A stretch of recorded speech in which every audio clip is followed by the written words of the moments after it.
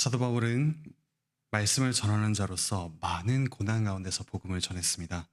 2절에 나오듯이 데살로니가에 오기 전에 빌립보에 바울은 먼저 있었습니다. 그때도 바울은 많은 고난과 능욕, 즉 모욕을 당했습니다.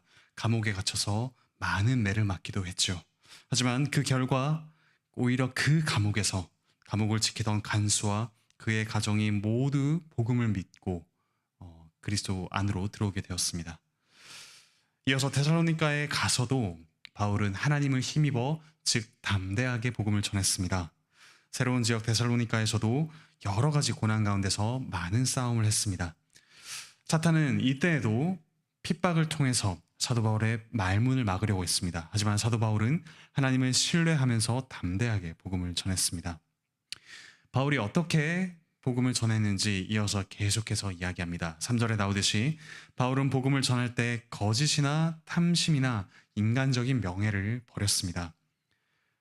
4절에 나오는 옳게 여기심 그리고 감찰이라는 말은 헬라어로 같은 말입니다.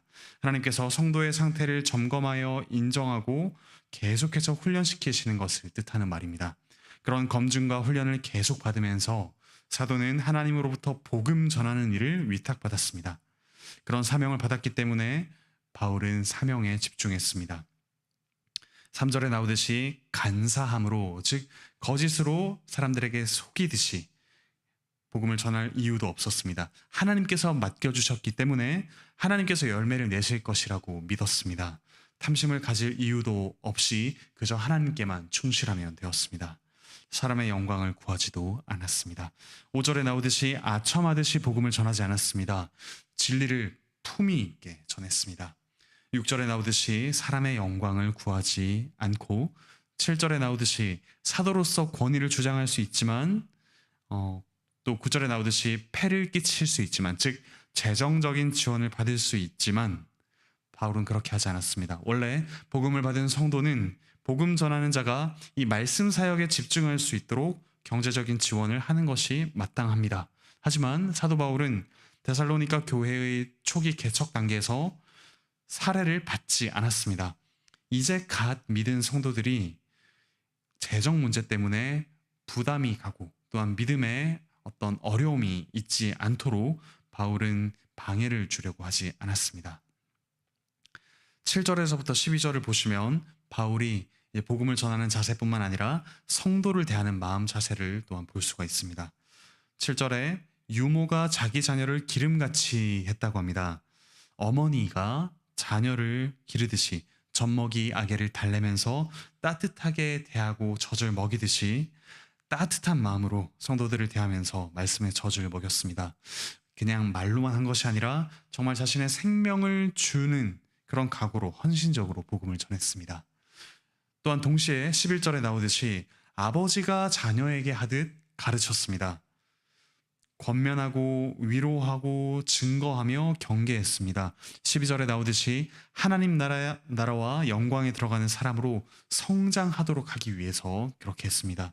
이처럼 성도가 성장하기 위해서는 어머니 같은 따뜻함과 모성애와 또 아버지 같은 엄함, 부성애가 동시에 필요합니다. 그런데 우리는 각자 자신의 기질이 있습니다. 그래서 이 두 가지를 조화롭게 한 사람이 갖추는 것은 너무도 어려운 일입니다. 오직 하나님의 능력 안에서 성령님 안에서 이 두 가지가 조화가 됩니다. 자기의 자존심 혹은 자신의 어떤 고집, 익숙함을 버리고 상대방의 유익, 우리 성도의 유익, 특히 직분자들은 내가 섬기는 이들의 유익을 위해서 직분자뿐만 아니라 모든 성도분들이 서로의 유익을 위해서 서로에게 가르치기도 하고 또한 사랑하기도 할 때 이런 일이 일어납니다. 상대방의 유익만을 구할 때 어떨 때는 따뜻하게 대하기도 하고 어떨 때는 엄하게 가르칠 수가 있습니다. 이어서 13절에서부터 말씀을 받은 이제 데살로니가 성도들의 반응이 나옵니다. 그들은 사도가 전한 복음을 사람의 말이 아니라 하나님의 말씀으로 받았습니다. 받을 뿐만 아니라 믿었지요. 하나님의 말씀을 받을 때 우리에게 이런 믿음이 생깁니다. 13절에 나오듯이 믿는 자 속에서 말씀이 역사합니다. 일합니다.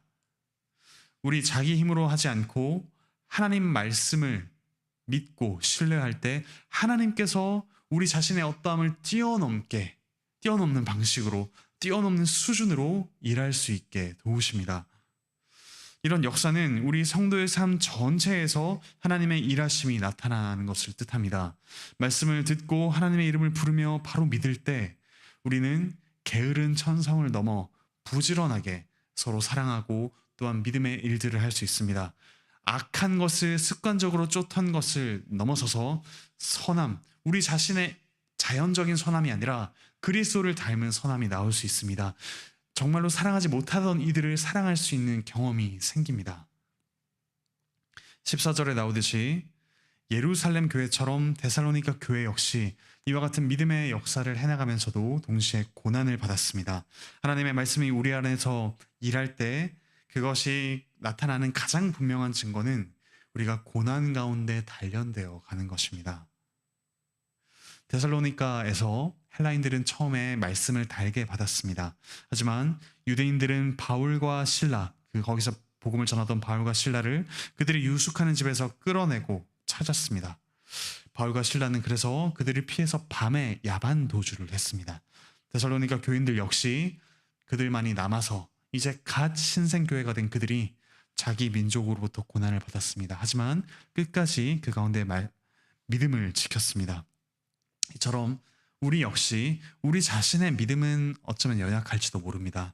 우리의 자연적인 성품은 많은 사람을 품지 못할지도 모릅니다. 하지만 우리가 하나님의 복음 말씀을, 직분자를 통해 전해지는 말씀을 하나님의 말씀으로 받고 믿고 우리의 삶에 구체적으로 적용할 때 그 말씀이 우리 안에서 역사합니다. 내가 일하는 걸 넘어 말씀이 우리 안에 역사하는 것을 경험할 수 있습니다. 이어서 18절에서 사도는 이와 같이 데살로니가 성도들 안에서 일어나는 일을 이야기할 뿐만 아니라 자기가 이제 데살로니가 성도들을 만나고자 했다라는 자신의 마음을 전합니다. 여러 번 방문하려 했지만 사탄의 방해로 가지 못했습니다. 선한 뜻을 막는 사탄의 장애가 있었고 하나님께서는 그것을 섭리 가운데 허용하셨습니다. 이처럼 사도 바울이 방문하지 못했음에도 불구하고 19절에 나오듯이 데살로니가 교인들은 그리스도께서 재림하실 때 바울의 자랑이요 영광이 될 것입니다. 그때까지 데살로니가 성도들은 계속해서 자라나고 믿음을 지켜나갈 것입니다. 바울은 이와 같은 소망과 기대 그리고 그들을 향한 사랑을 담아서 그들이 사도 바울의 기쁨이다 라고 2번이나 이야기합니다. 이처럼 우리 역시 성도 안에서 점점점 풍성해져가고 완성되어가는 그리스도의 형상을 봅시다. 성도 안에서 일하시는 성령님, 그분이 주시는 기쁨을 받읍시다. 성도는 함께 하늘나라에 들어갈 소중한 존재들입니다. 또한 우리가 서로를 통해 서로가 빚어졌다고 고백할 수 있는 서로의 면류관이요, 기쁨이요, 영광입니다. 그러므로 우리 함께 서로를 기쁨으로 받고 또한 서로에게 기쁨을 주며 우리의 믿음 안에서 성장해 갑시다. 참으로 우리 자신 안에 이루어지는 하나님의 형상뿐만 아니라 서로의 안에서 이루어질 그 아름다운 주님의 형상을 함께 내다봅시다. 그리스도께서는 우리가 죄인 되었을 때에, 우리가 연약하고 경건하지 않을 때에, 아니 우리가 심지어 그분의 원수일 때에 우리를 위해 죽으셨습니다. 우리 안에 어떠한 소망도 발견할 수 없을 것 같은 그때에 우리를 위해 죽으셨습니다. 우리 안에 이루어질 그분의 형상을 미리 내다보신 것입니다. 그렇다면 우리 역시 우리 자신 안에서 그리고 서로 안에서 이루어질 하나님의 형상을 기대하지 못할 이유가 없습니다. 그를 위해 기꺼이 우리 자신을 내어주지 못할 이유가 없습니다. 우리 함께 그런 기대 가운데 함께 자라가길 바라고 축복합니다. 기도합시다. 하늘에 계신 우리 아버지 하나님, 참으로 감사합니다. 하나님께서 저희에게 직분자들을 또한 선물로 주셔서 하나님의 복음 말씀을 담대하고 겸손하고 정직하게 전하게 하시며 또한 저희가 그것을 하나님의 말씀으로 받을 수 있게 하시니 감사드립니다. 더욱더 복음 말씀을 하나님의 말씀으로 받아 말씀이 우리 안에 역사하는 경험들을 해나갈 수 있도록, 또 그 고백들을 해나갈 수 있도록 주께서 은혜 베풀어 주시옵소서. 또한 그렇게 함께 자라가는 서로를 통해 하나님께서 영원히 저희에게 주실 기쁨과 영광을 앞당겨 누리게 하여 주시고 서로의 얼굴을 빛내는 친구들로서 함께 자라갈 수 있도록 주께서 은혜 베풀어 주시옵소서. 몸과 마음의 아픔을 겪는 이들 주께서 회복시켜 주시옵소서. 또한 가정에서, 직장에서, 학교에서 믿음의 씨름을 하는 이들에게 더욱더 하나님께서 주시는 기쁨과 확신과 힘을 가지고 문제를 마주해 나갈 수 있도록 은혜 베풀어 주시옵소서. 감사드리며 예수 그리스도의 이름으로 기도합니다. 아멘.